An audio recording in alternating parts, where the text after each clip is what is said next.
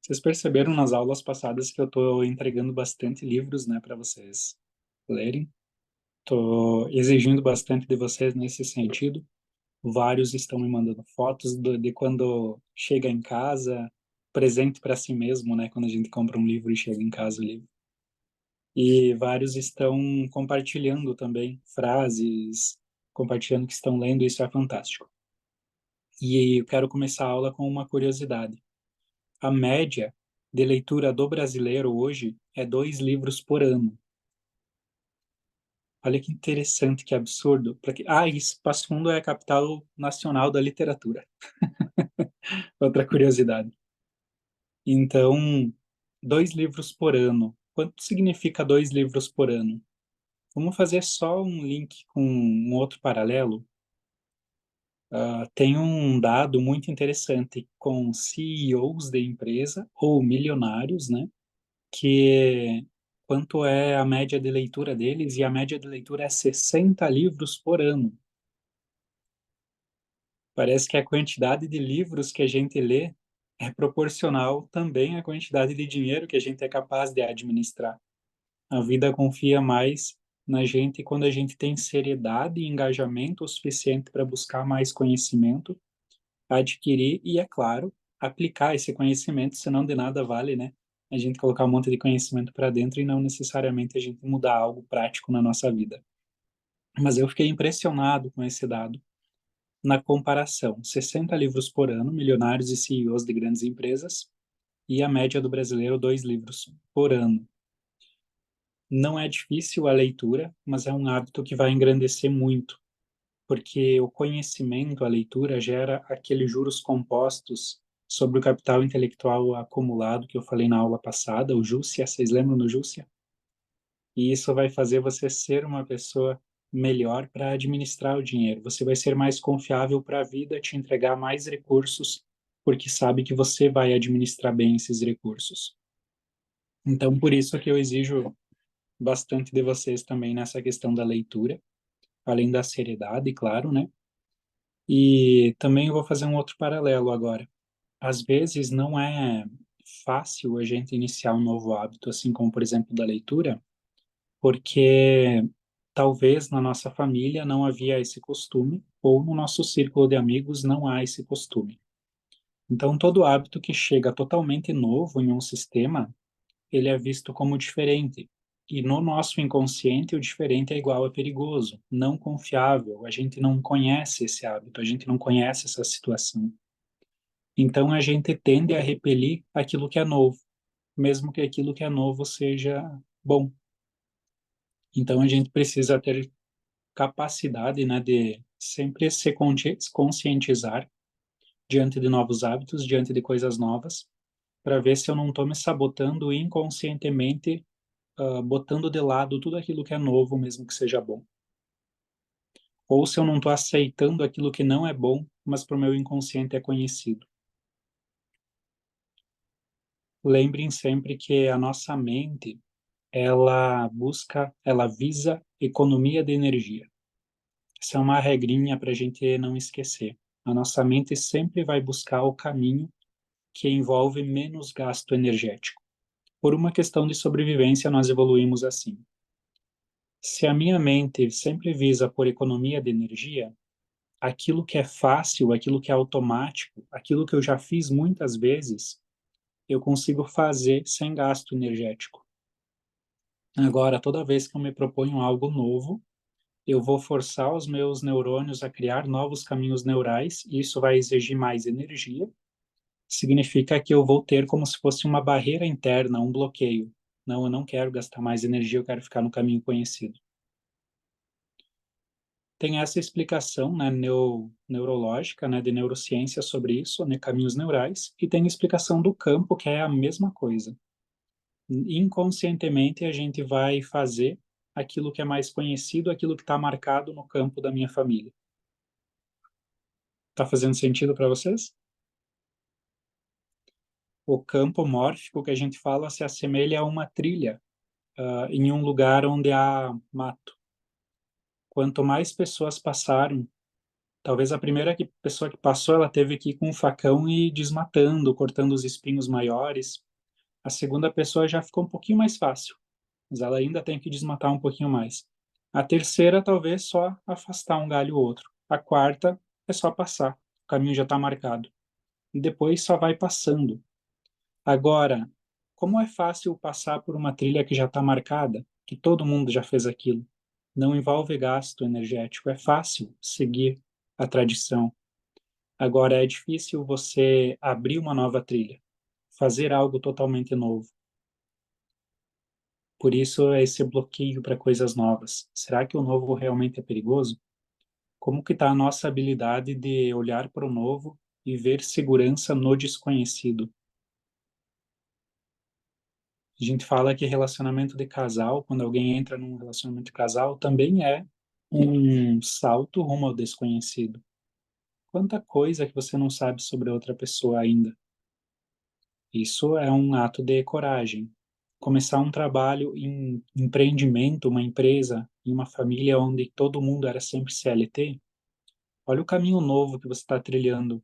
Tu está indo com o facão para esse sistema. Tu está criando uma trilha nova. Vai dar dor de consciência? Vai, porque a sensação é todo mundo está indo para lá, eu estou indo para cá. É como se batesse uma solidão, aquela consciência pesada que a gente chama de consciência pessoal na constelação. E aí a gente tem que entender que consciência pessoal, ela nunca vai dizer o que é certo e o que é errado. Ela só vai dizer aquilo que é conhecido e aquilo que é desconhecido.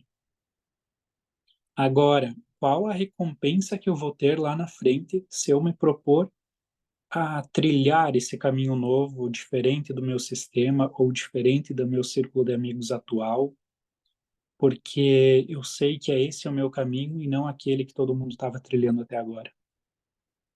E qual a descoberta interna que nós precisamos fazer de que a gente não vai estar traindo a nossa família, o nosso sistema indo por outro caminho, muito pelo contrário. É o sistema que buscou um novo caminho através de ti. Percebam que semelhança tudo isso que eu estou falando tem com a teoria, né? Com a teoria não, né? Com aquele dizer que é da ovelha negra. O que é uma ovelha negra na família? Ou um buscador na família, que está correto também. Buscadores são pessoas tomadas a serviço pelo sistema para encontrar soluções aonde as outras pessoas não encontraram soluções.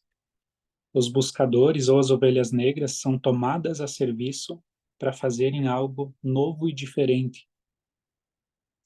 Claro que a ovelha negra, claro que o buscador vai ter problema, com certeza vai. Geralmente está fora de ordem, mas uma vez que o buscador se coloca dentro do seu lugar na ordem, ele tem uma potência, ele tem uma bênção que talvez aquelas pessoas que não tiveram essas dificuldades iniciais, elas não vivenciaram também tanta bênção depois. Quanta colheita, né? Diante daquilo que é diferente. Então, talvez o buscador, aquela nossa vontade de fazer algo novo, talvez esteja relacionada também ao sistema precisando de novas soluções, ao sistema precisando de novos aprendizados. E se a alma é o sistema, ou o inconsciente é a alma, você aprendendo, você assimilando, você trilhando, o teu sistema vai assimilar aquele aprendizado pela ressonância.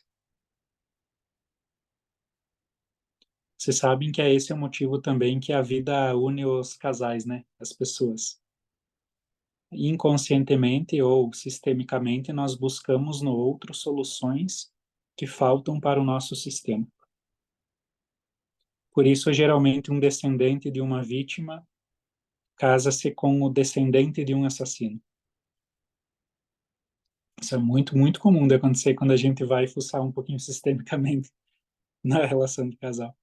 Então, olha que interessante como nós temos inconscientemente esse desejo de busca pela solução e, ao mesmo tempo, esse bloqueio para tudo aquilo que é novo. Por isso que nós sentimos como se fosse uma pequena luta interna. Tipo, eu estou indo para lá, parece que tem alguma coisa me puxando para cá. Eu estou fazendo algo novo, tem uma vozinha aqui dizendo vai dar errado.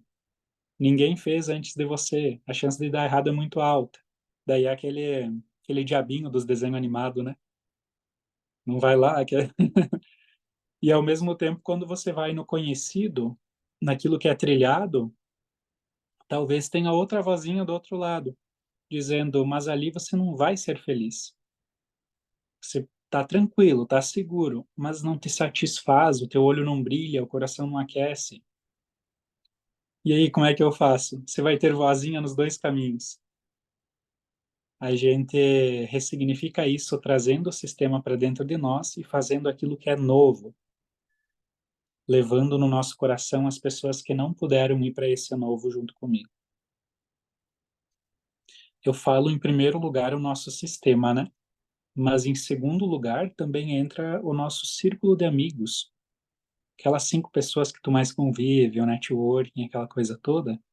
Também às vezes vai acontecer um afastamento natural para que outras pessoas possam ser atraídas por você também naturalmente, de acordo com a nova pessoa que você vai se tornando, de acordo com aquilo que você vai mudando e se propondo.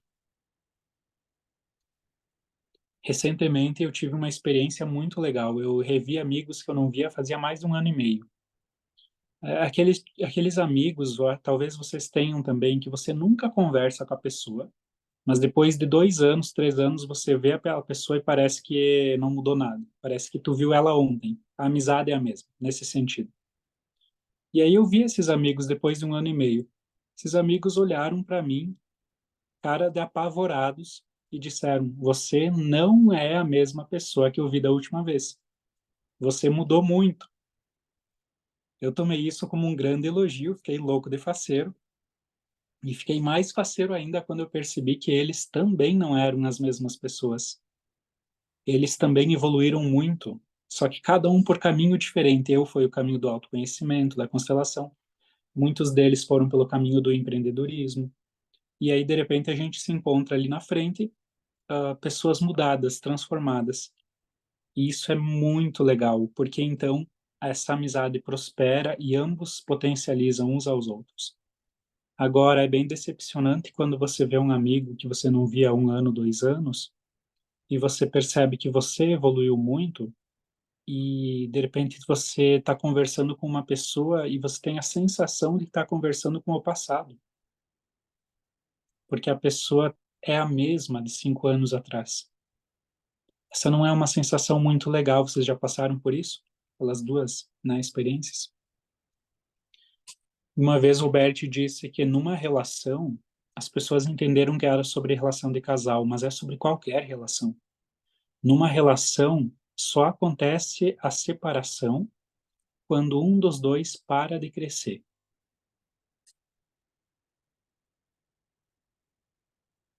Olha que importante que é essa informação. Quando um dos dois para de crescer é onde acontece a separação. E, e não é crescer no mesmo caminho que eu, tá? Não levem por esse lado. Às vezes tu cresce por outro caminho, como aconteceu com esses meus amigos, mas todo mundo está crescendo. A vida é movimento. E quando a gente não está disposto a abrir mão de quem eu sou a todo momento para me encontrar minha nova versão a todo momento, eu não vou crescendo, eu não vou me permitindo coisas novas, porque eu fico na trilha mais marcada, e então eu vou ficando para trás.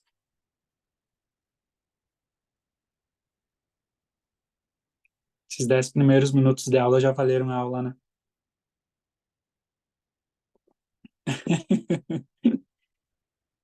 A Nair estava contando, explicou muita coisa, senti isso hoje. A zona de conforto. A zona de conforto dá para ler como isso, né? Como aquela trilha mais marcadinha. A trilha onde não há gasto energético, mas não há crescimento, não há movimento, não há mais vida, não há mais prosperidade. Estar parado, na verdade, é estar indo para trás, né? Porque a vida está em movimento. Se eu tô parado, eu tô regredindo. Ainda mais com a velocidade, né? Que tudo está mudando ao nosso redor. A Márcia colocou a zona de conforto, não sei se foi isso que ela quis dizer, mas eu vou interpretar dessa forma. A zona de conforto se torna uma zona de desconforto com o tempo. E isso é o desejável, tá? Eu vou explicar. O útero da nossa mãe. Se vocês voltarem no tempo e representarem esse momento é muito pacífico. Vocês já tentaram a experiência? Representem a si mesmo antes de vocês nascerem.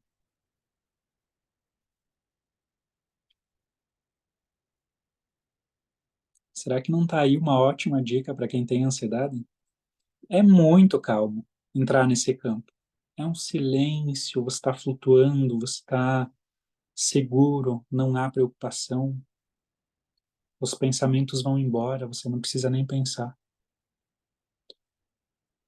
Então, você está nesse lugar de segurança, de conforto, de tranquilidade e de repente não é mais confortável. Você está muito grande, você precisa ser jogado para fora daí. Você precisa ser expulso do jardim do Éden para conhecer o bem e o mal, a verdade e a mentira. Você precisa ir para o mundo dos vivos. Comer a maçã proibida. E aí você tem dor. Você tem dor para sair do que era estreito e ir para o que é amplo. E aí depois você também é exposto a várias situações onde você é convidado a sair do que é estreito, porque aquilo já está pequeno para ti, e você precisa dar um passo para aquilo que é amplo. E aí, de novo, aquilo que é amplo, com o tempo se torna estreito, porque você vai crescendo, agora metaforicamente. E novamente você precisa dar um novo passo para fora. Desconfortos e desconfortos, desequilíbrio e equilíbrio, como um caminhar, como um dançar. E aí você faz 18, ou você faz 16, ou você faz 21, e a casa da mãe e do pai é desconfortável, é pequena para ti. Você precisa dar um passo para fora. E aí talvez você tá lá no emprego, você começou no primeiro emprego, porque precisava de dinheiro, precisava comprar suas coisas e ficava alegre quando conseguia comprar teu primeiro celular com teu próprio dinheiro, com teu primeiro computador, que foi o meu caso, a primeira coisa que eu comprei. E aí de repente aquilo lá também se torna pequeno. E você precisa novamente dar um passo para um novo emprego. De repente aquela cidade se torna pequena e você precisa ir para uma nova cidade.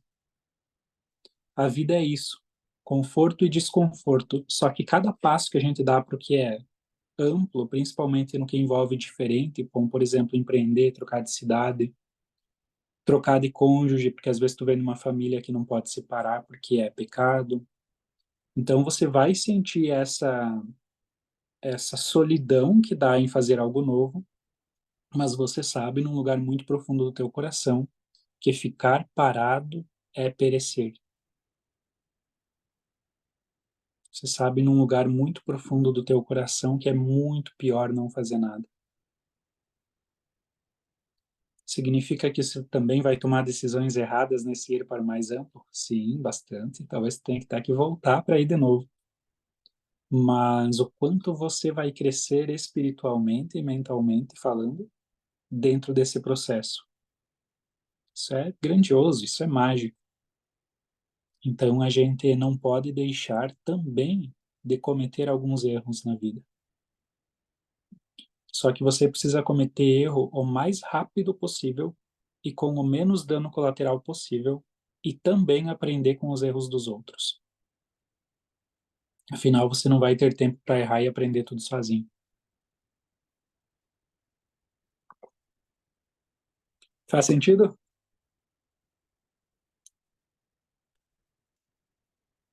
O pessoal está concentrado, quem está de câmera ligada, pelo menos, porque hoje ninguém tomou banho quase. Todo mundo de câmera fechada.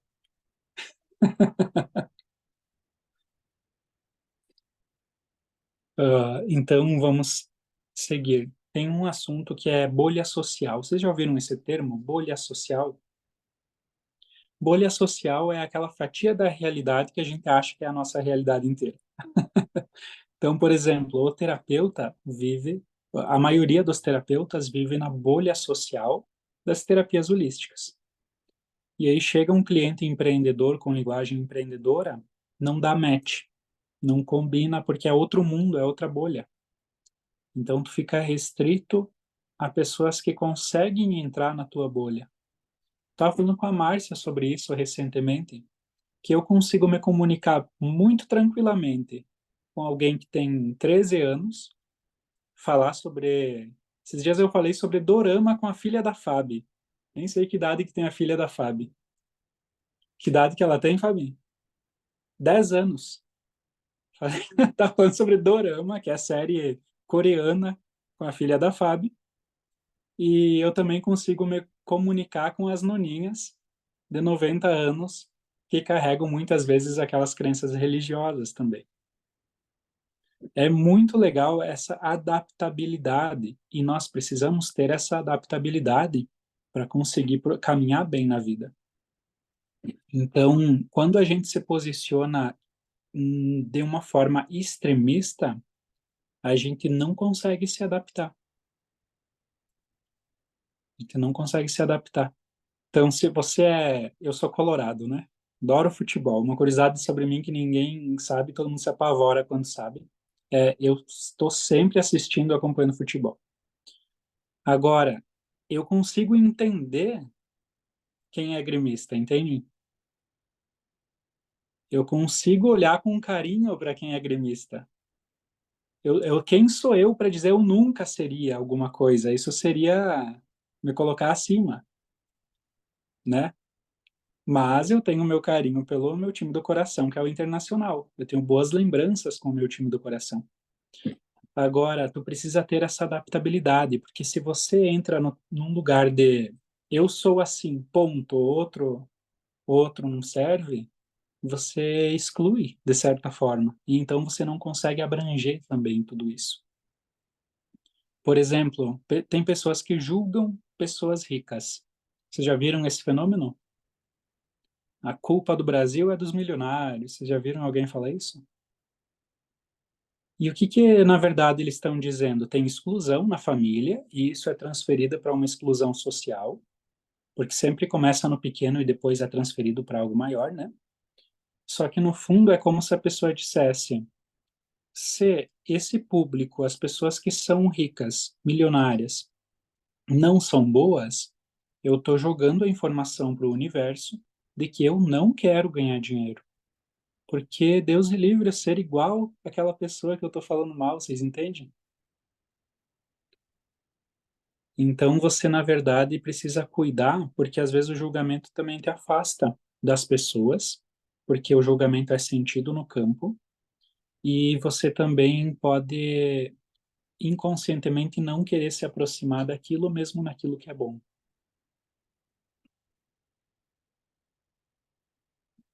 Agora, quando a vida faz a gente ser igual, quem a gente julga é muito divertido, né?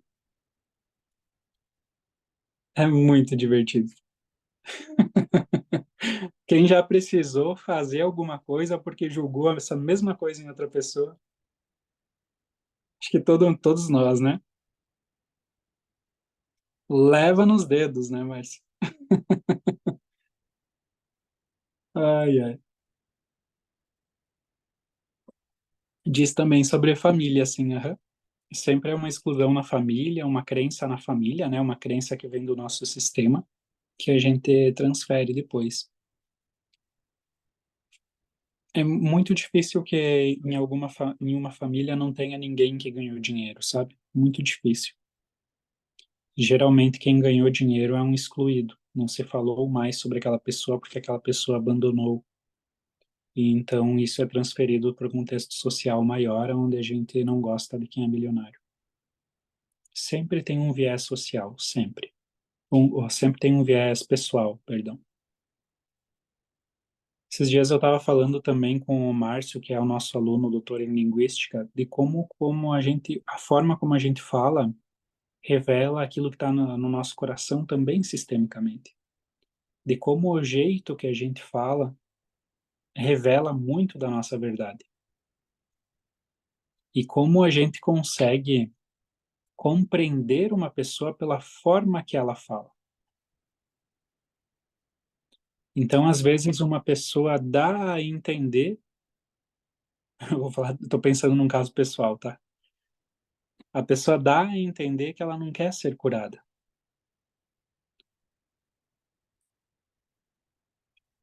Então, o que que tu faz com essa informação? Será que ela errou no português? Não, todos os adultos sabem falar português. Eu parto desse pressuposto. Então ela não é que ela falou sem querendo falar outra coisa. Ela viveu um ato falho. Ela entregou uma verdade inconsciente, mesmo que o consciente diga outra coisa. Linguagem corporal também. Às vezes a pessoa diz sim querendo dizer não e o corpo diz não. Aí o corpo vai precisar dizer não através de um sintoma ou uma doença. Depois, né? Ou às vezes a pessoa diz não e o corpo diz sim, o que é pior ainda. Vocês já viram uma pessoa dizendo um não sorridente com o corpo dizendo sim? Isso é bem comum nas pessoas que estão aprendendo a dizer não. E aí, às vezes, até vem aquela, como se fosse uma crença, né? As pessoas não respeitam o meu não, elas não acreditam em mim. Mas, na verdade, eu é que não estou passando a informação completa. Eu é que eu não estou conseguindo trazer clareza e coerência entre aquilo que eu digo, aquilo que eu sinto e aquilo que o meu corpo diz. Então, a comunicação está em tudo. E ato falho é quando a gente, sem querer querendo, entrega aquilo que está no nosso coração. Que foi o que eu falei, né? Que é quando dou a entender que não quero ser curado, mas conscientemente eu digo eu quero a cura. Por isso que interpretação de texto também, interpretação de fala é essencial nesse trabalho. Para a gente aumentar o nosso aparato, né, linguisticamente falando, nós precisamos refletir sobre as coisas. Quando alguém fala, a gente não pensa na resposta de imediato, mas a gente assimila para compreender o que tem por trás das palavras ditas, para então responder conforme as palavras não ditas também. Vocês já viram num curso presencial a pessoa perguntar uma coisa e eu responder outra? Muitas vezes eu não explico o porquê,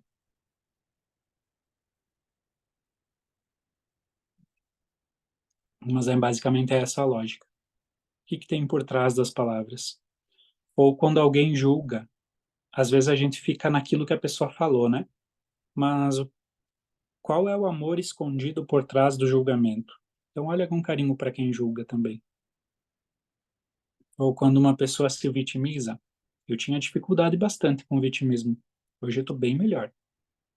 Quando uma pessoa se vitimiza, qual é o amor inconsciente e profundo que ela tem por alguém ao se vitimizar?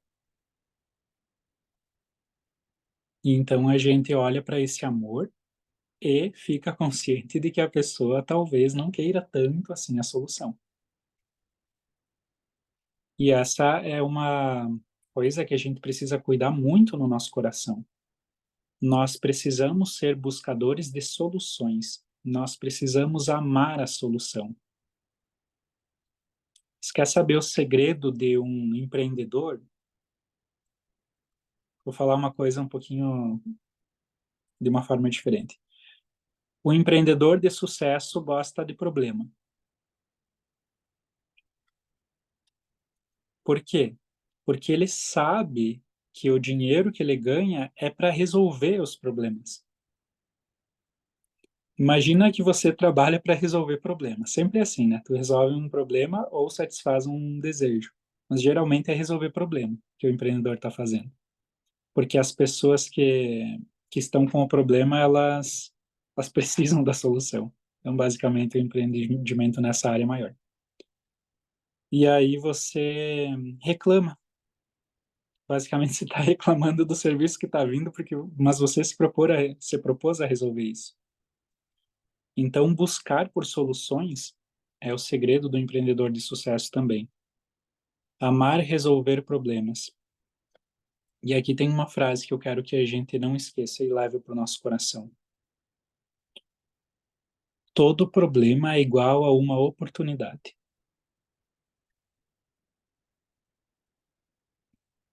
E a gente é pago de acordo com o tamanho dos problemas que a gente resolve. Lindo, né? Sejam resolvedores de problemas. Então, para isso, sim, você precisa estudar, se preparar, afiar o teu machado.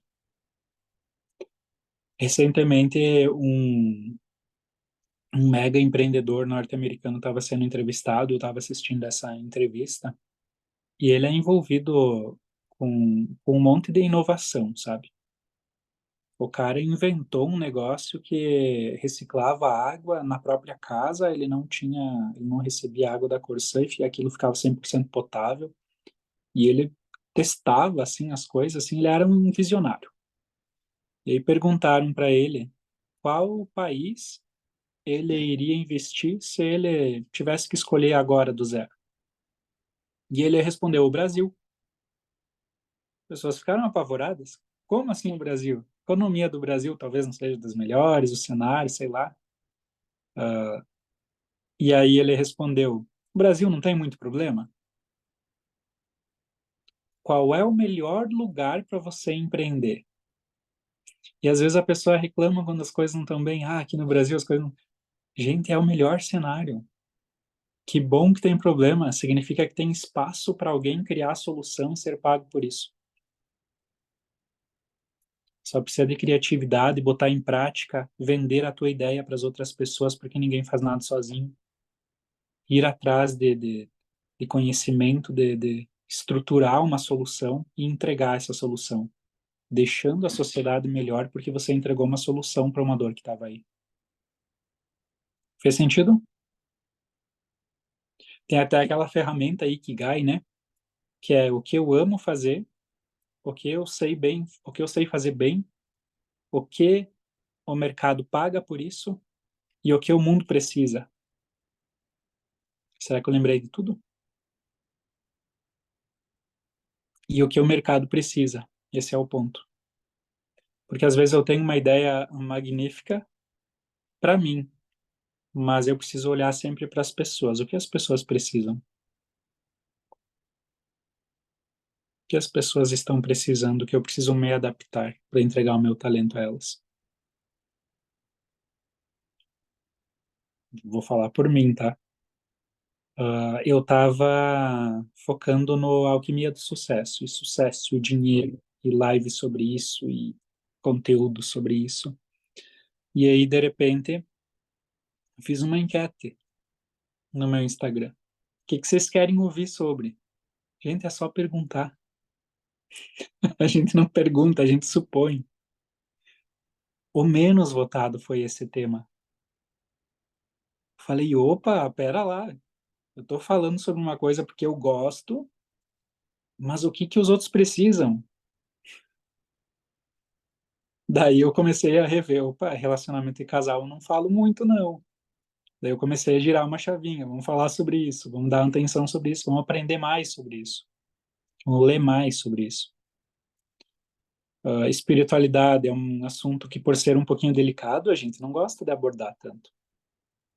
E aí o pessoal tava lá enlouquecido, que queria que eu falasse sobre a espiritualidade. Vamos ouvir as pessoas, vamos olhar para as pessoas, né? E perceber o que elas precisam. Quando a gente vai para empreender, a gente muitas vezes vai empreender como um sonho. Só que esse sonho, se for de uma maneira pessoal, às vezes ele não vinga, às vezes a gente fracassa. Por isso a gente precisa, quando tem um sonho, acordar para ver se aquilo é real. Agora, se é real, se o teu sonho pessoal, se a tua gana, se o teu brilho está de acordo com aquilo que as pessoas precisam, deu match, maravilhoso. Como diz o Joel J, endireita a roda e acelera.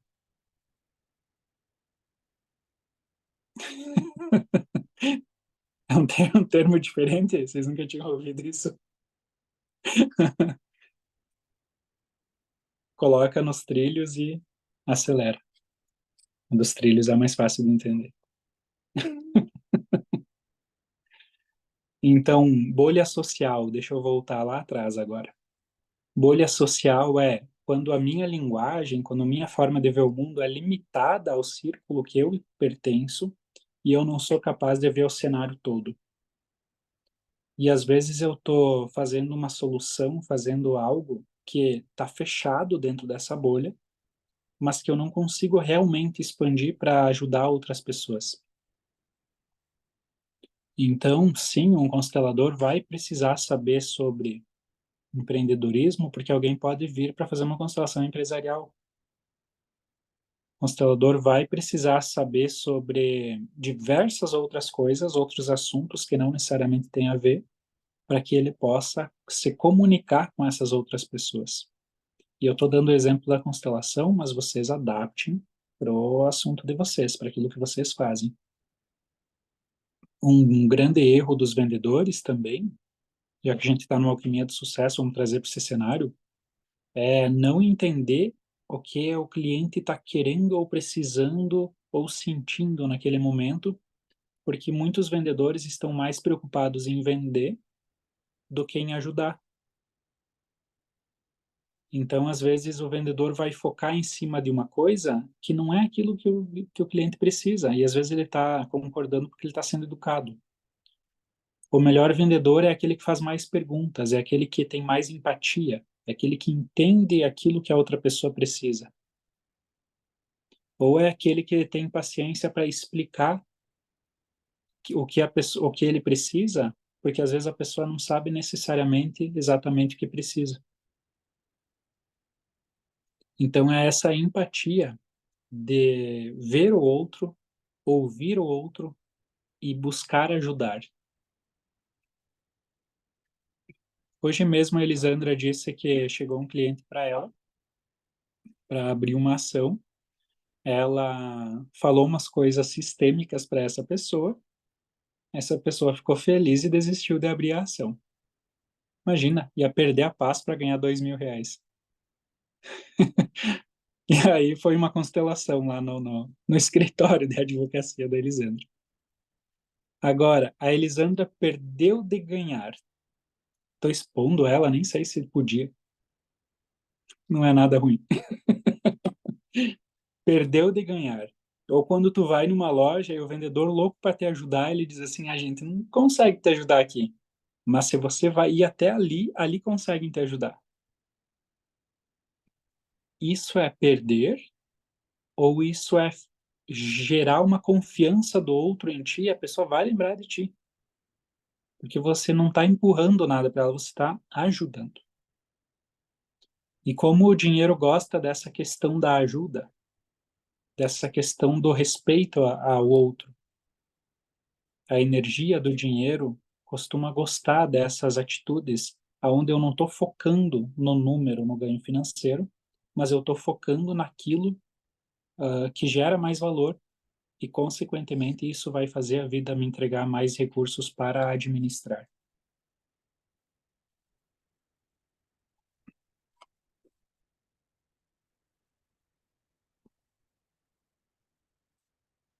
Estão gostando do rumo que está tomando a aula de hoje?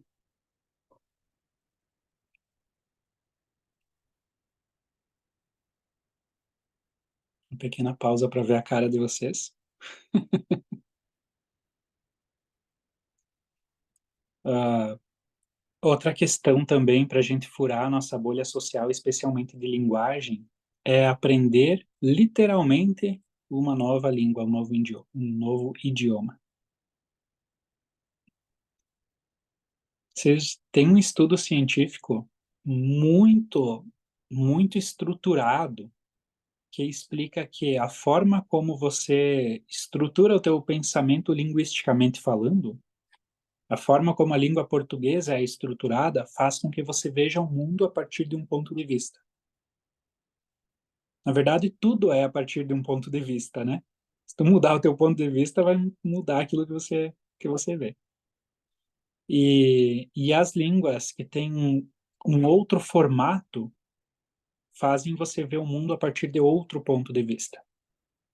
Então, por exemplo, a língua portuguesa, o espanhol, o italiano estão em um mesmo grupo linguístico. Então, se você fala português e vai aprender espanhol, não vai mudar algo na tua mente, porque os caminhos neurais vão continuar sendo marcados de uma mesma forma. Agora, se você aprende inglês ou francês, que estão em outro grupo linguístico, você consegue também mudar a forma como você vê o mundo. Porque a língua é estruturada de uma maneira diferente. Se você pensar no inglês, ele é fluídico. Ele é um atalho constante. Você busca ser muito objetivo no inglês. E a língua é muito abreviada.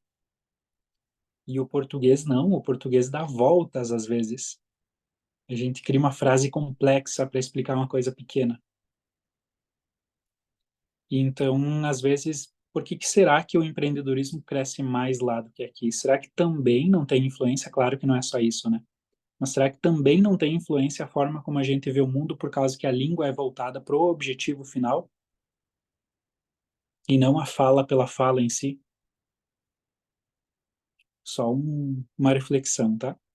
Então, aprender uma nova língua de outro grupo linguístico vai fazer com que a gente consiga interpretar também o mundo de outra forma.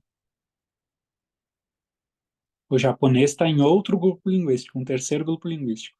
Eles leem da direita para a esquerda, né? Um negócio assim, de trás para frente, a leitura. Uma curiosidade, sabia que quando você vai palestrar, você precisa entrar pelo lado esquerdo do palco? Porque você, se ponhando no lugar da plateia, você é acostumado a sempre da esquerda para a direita, da esquerda para a direita.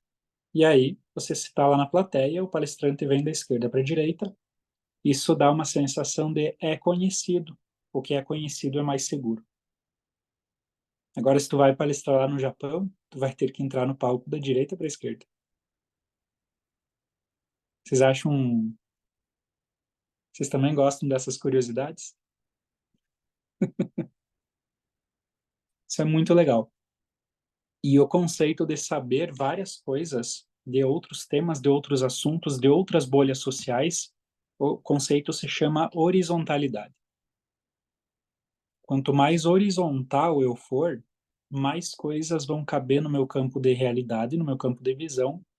Consequentemente, soluções diferentes eu vou conseguir acessar e, com mais soluções na minha mochila, mais pessoas eu consigo ajudar também.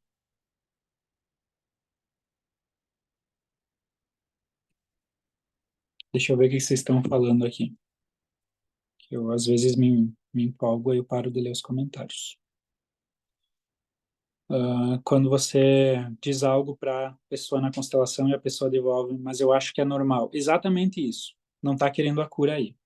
Tu está falando de recentemente, Monique? Então, quando a pessoa complementa aquilo que você fala de uma forma que dá a entender, mesmo que conscientemente está concordando, dá a entender que existe um grau de discordância, ela está dizendo que ela não quer a solução. A gente costuma dizer que a vítima não quer a solução. Por quê? Porque quando tu dá uma solução para uma vítima, ela arruma outro problema. Um exemplo, a pessoa chega se vitimizando para ti e você, um super salvador, vai querer ajudar. A não ser que isso seja um teste. Aí, nesse caso, pode, para virar material de curso depois. Então, a pessoa chega, se vitimiza e você dá uma solução. Geralmente, a melhor solução é a mais simples. Eu vou repetir. A melhor solução é a mais simples. Um dia que você tiver duas soluções para um problema, a solução que você precisa usar é a mais simples. E aí você vai dar uma solução simples para essa pessoa que se vitimiza. E a pessoa vai complementar dizendo: Ah, mas eu esqueci um detalhe. Então eu não posso fazer isso que tu falou porque eu esqueci um detalhe. Ou, ah, não, mas a minha mãe é diferente. Mas você não conhece a minha mãe. Ou é difícil.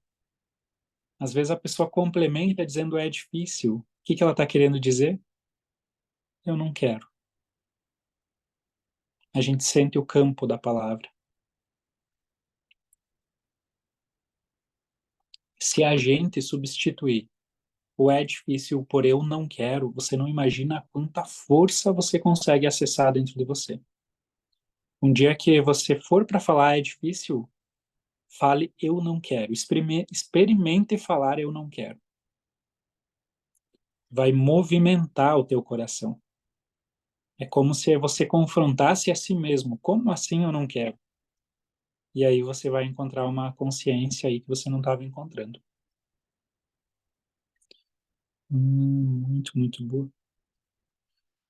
Olha só o grau, a diferença de grau cognitivo. Você falar das mudanças que a língua inglesa realiza na nossa visão de mundo. Eu não consigo aprender o que você falou porque me falta o conhecimento desta língua. Aprendi muito pouco de inglês na escola, por isso não posso entender a tua visão em relação a esse assunto. Olha que interessante, muito interessante mesmo. É um paradoxo, é um viés cognitivo, isso que a Márcia relatou. Aquele viés cognitivo de a mesma habilidade que você precisa para saber o assunto é a habilidade que você precisa para saber que não sabe o assunto.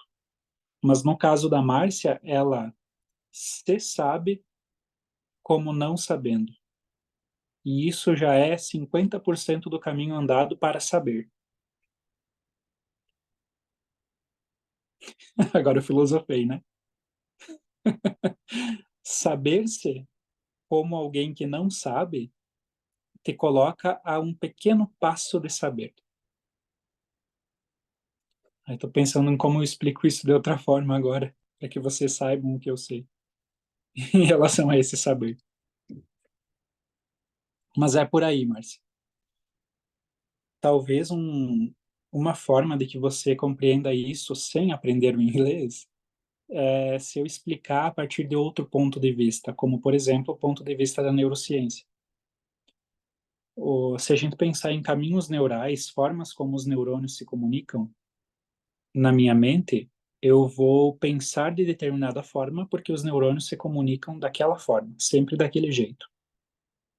Quando eu aprendo algo novo, eu estou forçando os neurônios a abrirem novos caminhos neurais onde é mais difícil, porque gasta mais energia. Então é mais difícil no início e depois você pega embalo. Tem como mudar a forma como a gente vê o mundo sem ser dessa forma, sem aprender uma nova língua? Tem outras formas de aprender, ensinar os neurônios a criar novas conexões neurais, sem aprender outro grupo linguístico. Aí, por exemplo, através desses conhecimentos, como a neurociências que eu trouxe agora. Daí você vai correlacionando, né? Vai ligando a outros conhecimentos e vai fazendo sentido aos poucos. Mas é por aí mesmo. Foi que minha mãe me disse esse final de semana e percebi que eu estava esculhambando o sistema. Saber que não sei é 50% do caminho para obter o saber. Linda essa frase, né, Nair? Como aprender a dirigir, exatamente. Como aprender a dirigir. Muito difícil no início, depois você entra no piloto automático e até erra o caminho. Não, isso é dissociação, tá? Isso é dissociação. Eu tô rindo porque eu fiz isso ontem.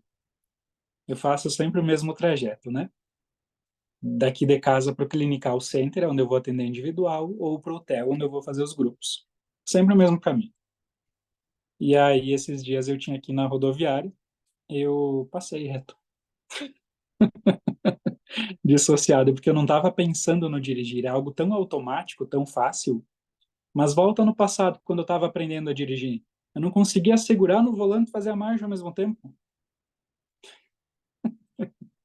Como é importante a gente não desistir diante da primeira pedra quando você conhece algo novo. Não desistir diante do primeiro desafio quando você se joga para alguma coisa que é diferente. Como jogar pádel. Muito bem lembrado, Monique. Nós abrimos uma turminha de pádel esses dias e a primeira vez a gente era a raquete da bolinha. E tá tudo certo. A gente foi melhorando. Não é uma coisa que se diga minha nossa, como são jogadores agora, mas já acerta pelo menos a raquete na bolinha. A Cris colocou algo bem importante, deixa eu ver aqui pelo celular. A arte, a música também criam novas conexões neurais. Excelente lembrança. Sim, muito sim. A arte, a música, A expressão artística em si faz com que você acesse lugares que muitas vezes racionalmente também você não acessa. Então, às vezes você vai ouvir uma música, sem querer você entra no campo da letra da música. E às vezes é uma coisa que você nunca viveu e você vivencia a emoção da música de uma história que você nunca viveu. Ou você também está, de certa forma, assimilando o aprendizado daquela experiência.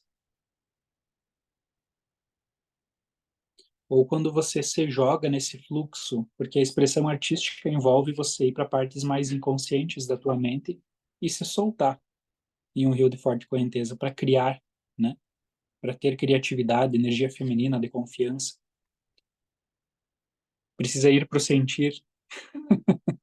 Então, isso você também acaba acessando algo novo. A dança é muito interessante a gente olhar por esse lado. Os outros caminhos que a Márcia se referiu antes, né? Quando estou tocando gaita, esqueço do resto do mundo. Isso é estado de flow, Gonçalino. O estado de flow, quando a gente entra em algo e é tão prazeroso que você entra numa espécie de. Tu entra em flow, não tem outro jeito de dizer isso. Tu entra nesse fluxo e você solta. O tempo distorce. Às vezes tu para e percebeu que passou 4 horas e você achou que é 15 minutos. Ou tu ficou 15 minutos e a sensação é que o tempo esticou e ficou 4 horas. Isso acontece no curso de constelação também. Às vezes eu digo, vamos almoçar, galera? E o pessoal diz, meu Deus do céu, já é meio-dia. Isso é muito legal quando a experiência de tempo é distorcida, porque a gente entrou em estado de flow. Assistam, recomendação de filme, tá? Assistam o filme Soul. Eu acho que eu já dei essa recomendação para vocês, mas eu estou reforçando. Esse filme retrata o que que é dissociação e o que que é estado de flow, porque são dois lados de uma mesma moeda. Dissociação é alguém está brigando na minha frente, eu não suporto conflito. Então a minha mente vai embora e eu fico desconfortavelmente no lugar, mas a minha mente está indo embora para não me sentir mais mal do que já estou. Isso é dissociação. Eu preciso estar no meu corpo e não, eu tenho estrutura física para aguentar o desconforto estando no aqui e agora. Agora, estado de flow é eu tô no aqui e agora, estou 100% presente em mim e eu entro nesse embalo, nessa dança da vida e eu me aprofundo naquilo. Eu permito que a vida me carregue naquilo, mas eu não me perco. Essa é a diferença da dissociação do estado de flow. Correlacionando isso com outro tópico da aula de hoje, você precisa ser capaz de se divertir no teu trabalho.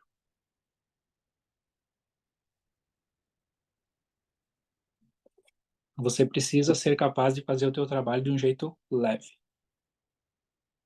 Quando a gente gosta daquilo que a gente faz, a gente libera algumas endorfinas, ocitocina, hormônios de prazer, hormônios, neurotransmissores que vão fazer você ficar bem, se sentir bem.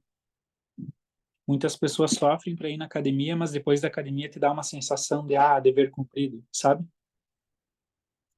Isso é ocitocina e outros hormônios neurotransmissores ligados ao prazer. Agora, se você está numa situação de estresse, o teu corpo vai liberar cortisol, adrenalina, noradrenalina, que são hormônios de estresse que vão te colocar em luta e fuga, e você vai fazer aquilo com peso. Trazendo para uma linguagem menos neurocientífica e mais constelativa, tava demorando para sair uma, né? Mas é um jaguar. Seria algo como: eu preciso trabalhar sentindo leveza. Porque se eu trabalho sentindo peso e pressão, eu não vou dar conta de sustentar resilientemente por um longo período de tempo. E a gente sabe que o segredo do sucesso é constância. Eu juntei sucesso com constância, né? O segredo do sucesso é a constância. Você precisa ser capaz de sustentar a decisão, de ter o foco. Vocês ficam rindo da minha cara, né? Deus está vendo.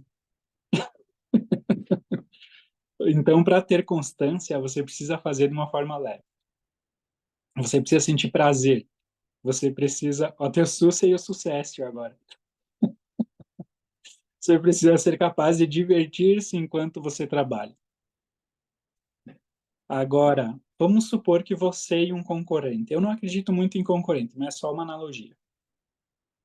E aí o teu concorrente adora gravar vídeo e faz com uma naturalidade e para ele é leve.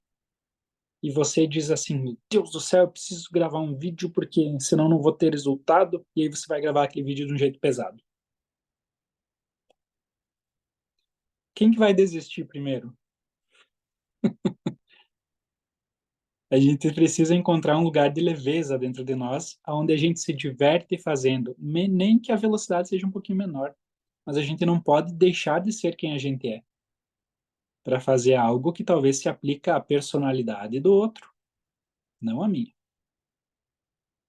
Tava contando, não me lembro para quem, hoje de tarde, ou ontem, que eu tô finalmente encontrando um lugar de leveza e alegria nessa parte toda online, porque eu demorei para pegar gosto, né? Mas claro, a gente precisa também ter consciência de que a gente, não gosto, não vou fazer. Tenta, né? Passa pelo primeiro obstáculo e de repente você encontra um lugar de leveza para fazer aquilo. Às vezes também precisa pegar no tranco, né? Mas para você ter constância precisa ser leve. E aí, bem lembrado que a Nair disse, tem que sair do tem que. Então, tem que ser leve, aí você vai para o trabalho bem assim. Não tem que ser leve, tem que ser leve. E aí fica pesado porque tu tá no tem que. Então, vamos usar a nossa língua, a nossa linguística com sabedoria e vamos dizer assim, temos a opção de ser leve. Pode ser leve. Podemos descobrir uma forma nova e divertida de trabalhar. Podemos descobrir uma forma de trabalhar que se encaixa com aquilo que eu sou para brilhar ainda mais. Podemos descobrir. Fica mais leve, né? Então a gente sai da autocobrança para deixar a criatividade fluir. Quando a gente se cobra demais, a criatividade ela vai embotando. Quem conhece o Circo do Soleil, maior circo do mundo? Eu nunca fui, mas eu quero muito ir. Deve ser uma experiência maravilhosa. Por que que eu citei o Circo do Soleil? Eles têm uma filosofia de trabalho que eu achei muito linda, que é treine 80, entregue 60. E eu já vou explicar o que isso significa. Pensem em alguém se esforçando ao máximo para trabalhar. Esforçado. A própria palavra esforçado já traz um pezinho, né? A pessoa está lá se matando de trabalhar, como o próprio nome já diz, se matando de trabalhar. No limite do estresse, louco para somatizar uma doença na vida, né? Tá lá trabalhando, se esforçando, louco para se matando de trabalhar. A filosofia do Soleil é tu nunca dá o teu máximo para que haja leveza. E isso vai contra o que a gente ouve em muitas aulas de muitos treinadores, né, coaches por aí, que é dê o teu máximo sempre a todo momento. E aí a gente entra num lugar de autocobrança, porque a gente olha para o lado e aí comete o erro de se comparar, e o coleguinha tá indo melhor e você então embota de novo, perde o ânimo, perde o brilho. Então não cometam esse erro de olhar para o lado. Cada um tem a sua velocidade, cada um tem a sua essência, e a gente não pode perder essa essência. E então você vai superar novos limites, mas não na base da pressão do tem que, é na leveza, porque então a tua criatividade flui e você naturalmente vai indo para lugares mais amplos no teu coração. O Circo do Soleil tem a filosofia do treine 80% da tua capacidade. No mundo do futebol também a gente cuida isso, porque, falando do futebol de novo, né? A pessoa que está sempre no seu limite vai ganhar uma lesão. 30, 90 dias vai ficar sem jogar, porque ela estava no esgotamento, no seu limite. Se tu treina 80%, como os japoneses, coma 80% da fome, você sempre vai ter uma reserva de energia. E entregue 60%, na hora da apresentação, é 60% daquilo que eles conseguem fazer. Então, se o cara consegue pular 10 metros no negócio lá, ele vai pular 6 metros no negócio lá. O convite que eu quero fazer para vocês é vocês sentirem alguém que está operando na sua máxima capacidade. Se querem um exemplo de alguém que opera na sua máxima capacidade, o Elon Musk. O Elon Musk está sempre com estresse aqui, ó. E ele é muito inteligente. E ele está sempre se matando de trabalhar. Ele dorme na empresa, né? Tanto que ele já terminou 4, 5 relacionamentos por causa disso. E então, tu olha, tu vê ele trabalhando, tu sente peso. Porque ele está se esforçando demais. Ele precisa cumprir os objetivos que ele tem para a humanidade, que são grandiosos. Agora, tu entra no Circo do Soleil e você vê o cara pular aqueles 6 metros, você sente que tem folga. Você assistindo sente leveza, porque sente que o cara consegue mais do que aquilo que ele está mostrando, mas não é por metros, é bonito, é arte. Fez sentido? Então, quando você oferece o teu trabalho para o mundo com leveza, as pessoas se sentem melhor e o teu sucesso está mais propício a acontecer. Só que nós temos uma crença, né? Qual que é a crença? Quem lembra, escreve aí. Tudo que gera esforço demais não é força. Isso mesmo, já. Bert dizia que o sucesso é leve. O sucesso da vida é leve. Para a gente saber o que é para mim, a gente sente a leveza daquilo. Bert Hellinger já nos explicava isso de outra forma. E talvez aquilo que seja pesado demais não seja para mim. Isso também é um conceito do Bert Hellinger. Ninguém quis se arriscar. Qual é a crença que eu falei? A crença é: sofrimento gera recompensa. Esforço gera recompensa. Se eu sofrer no meu trabalho, eu mereço a recompensa que talvez seja o salário ou o resultado. Se eu não sofrer, eu ajo como se eu não merecesse. Então, um último convite na aula de hoje, a gente se basear pelos resultados e soluções e não pelo quanto a gente precisou se esforçar para chegar naquele resultado, naquela solução.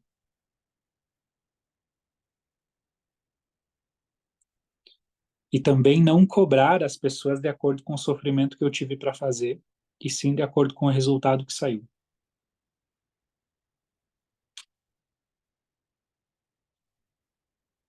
Fez sentido? Preciso então olhar para minha vida e pensar no resultado. E como eu faço para a trajetória ser mais leve para chegar naquele mesmo resultado. E a gente é pago pelo resultado que a gente gera, não pelo esforço que a gente tem. E muitas vezes na vida a gente exagera o nosso esforço porque a gente quer contar para os outros como é difícil para mim, ou contar para os outros como foi difícil chegar onde eu cheguei. Por quê? Será que isso não tem por trás ainda um sentimento de que se eu sofri muito, então a recompensa será maior? Então é preciso cuidar. Sofrimento não gera recompensa. Resultado, sim. Produtividade, sim. E aí a gente entra na questão do tempo. Muitas vezes a gente atrela tempo a dinheiro.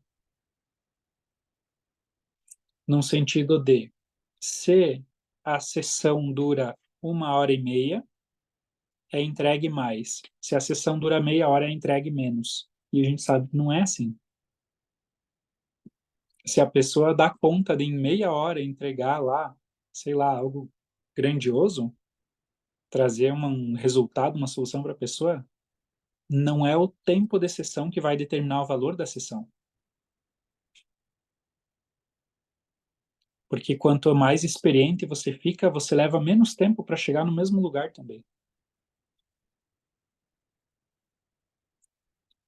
Então a gente precisa também parar de atrelar tempo a dinheiro e atrelar mais resultado a dinheiro, para a gente ser mais objetivo.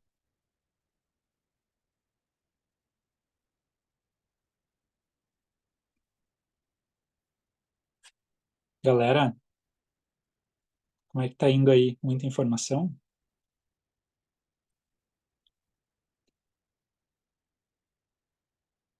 Tô pensando, acho que tá de boa por hoje. Quero então reforçar só algumas orientações, tá? Duas, duas recomendações de filme. Sou o que eu escrevi lá em cima e A Chegada. A Chegada é um filme de ficção, é um filme para se divertir, tá? Se você tem filhos, assiste com os filhos, mas sempre traz para esse viés de aprendizado sistêmico também. O que eu posso aprender a partir desse filme, que é uma forma de arte também? Que mais? Daí essa letra saiu feia de tanto que escrevi. Entregar com leveza e segurança, 60%, aula top. Isso aí. Vamos tirar uma foto. Quem não tomou banho e está com o cabelo despenteado, pode ligar a câmera e ficar um pouquinho mais longe.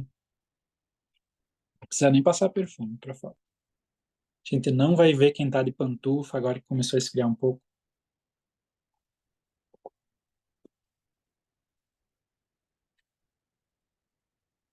O Gonçalino Top Gun, uma indicação, né, dele também, que ele viu que tem um cunho sistêmico, tem os aprendizados. Peraí, todo mundo faz cara de feliz?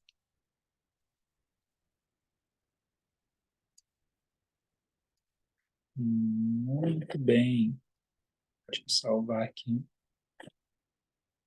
Muito bem. Já que hoje vocês escreveram bastante, eu quero que vocês escrevam nos comentários a frase que mais marcou, ou que você, ou qual frase você criou como insight, ou como dizem alguns, qual é a eureka que tu teve. Todo mundo sabe o que é eureka, né?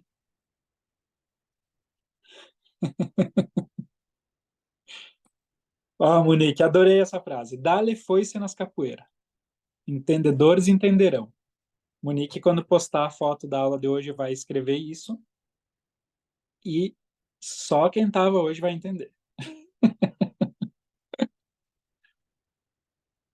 Ai, ai. Ah, sim, e tem dois livros também que eu quero que.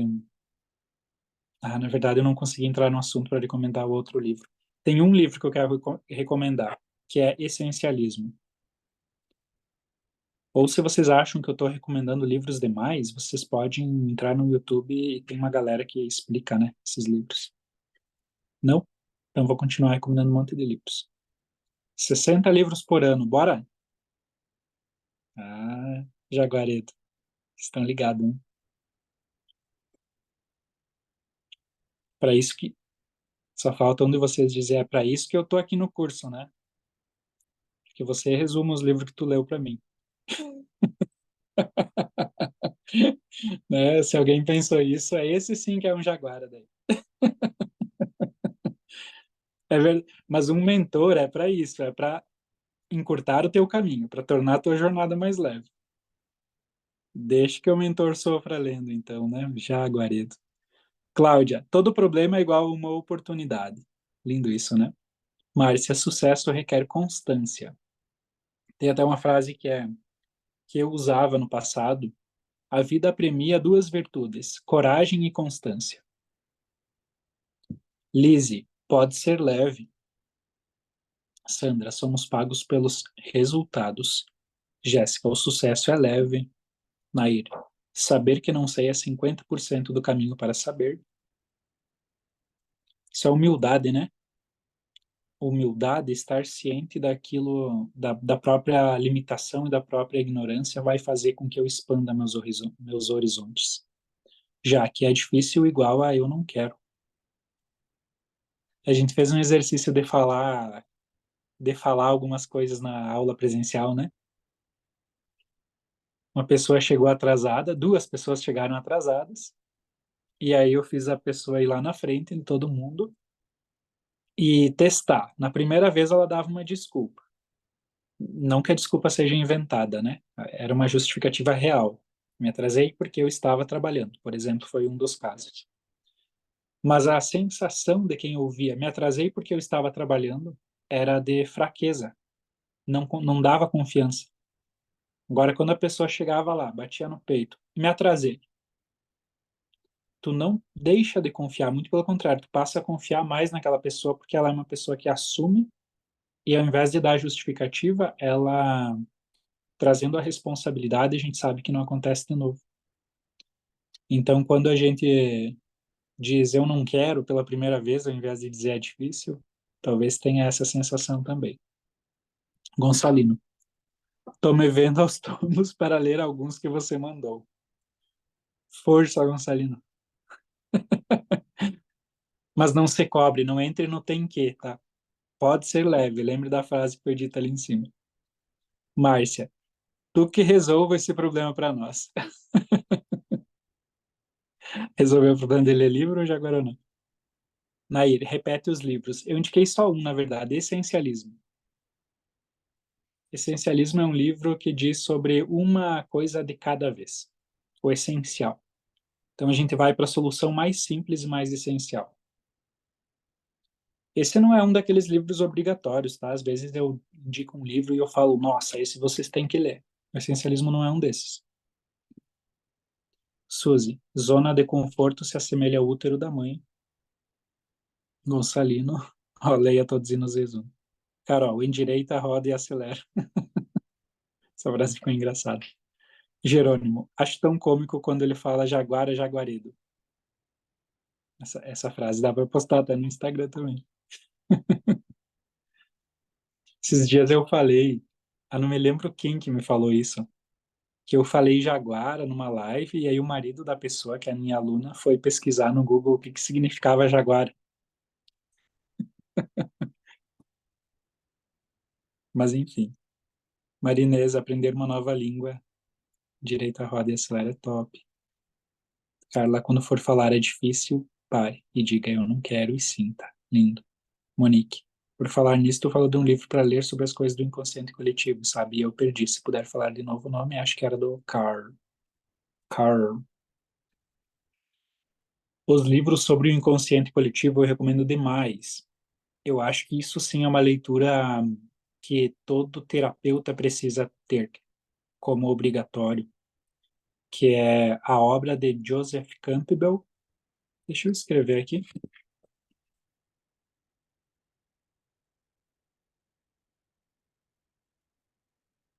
Esse autor seguiu a obra de Jung, que foi o pai da psicanálise, como muitos dizem.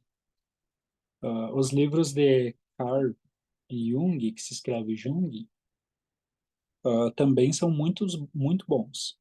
Os do Joseph são mais simples, mais fáceis. Tem uma outra autora, agora eu não vou lembrar o sobrenome, mas é Carol o nome. Eu posso mandar por escrito depois também, que fala sobre inconsciente coletivo.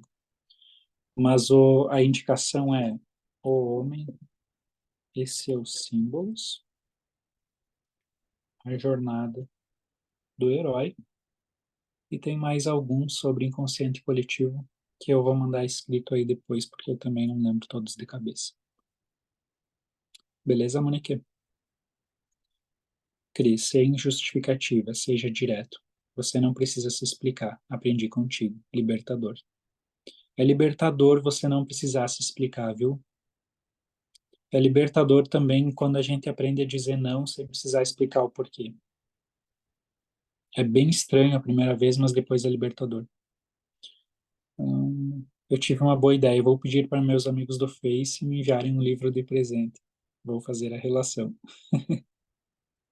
Perfeito. Pessoal, nos vemos segunda que vem, tá? Às 8 horas da noite. Amanhã, para quem é do curso de constelação, a gente não vai ter aula porque eu vou estar em um treinamento. Então, vou estar ali adquirindo alguns conhecimentos novos e depois compartilhar também com vocês. Então, por isso que a aula de amanhã do curso de constelação foi adiada. Mas a gente se vê semana que vem na segunda e quarta-feira, dia 17 agora, teremos mais uma live. O pessoal está gostando bastante das lives, então vou fazer mais uma agora, dia 17, tá? Todos convidadíssimos. A autorrespeito, a melhor solução é mais simples, complementando, né, as frases aqui. Essas frases que a gente coloca aqui é por um motivo. Dois motivos. O primeiro motivo é evidenciado cientificamente que pensar sobre logo após a aula aumenta o quanto a gente assimila da aula. Então, às vezes parece uma dinâmica apenas, né, de escrever a frase, pensar na frase, mas esse pequeno retrocesso mental que a gente faz da última hora nos ajuda para a gente memorizar mais. E um outro motivo também é para evidenciar algo para os colegas. Às vezes a frase marcou para ti, na hora não marcou para o outro, mas depois marcou quando tu falou. Se vocês forem compartilhar qualquer coisa da aula de hoje, convido vocês, quem quiser, claro, né? Porque tem que ser leve. Ele pode ser leve, tô brincando. Quem quiser pode postar a frase, né? Que mais marcou da aula de hoje também, para de uma forma mesmo humilde levar a mais pessoas também, que talvez possa fazer sentido na vida das pessoas. Então tá, pessoal, até quarta-feira. Muito obrigado pela noite de hoje e hasta luego.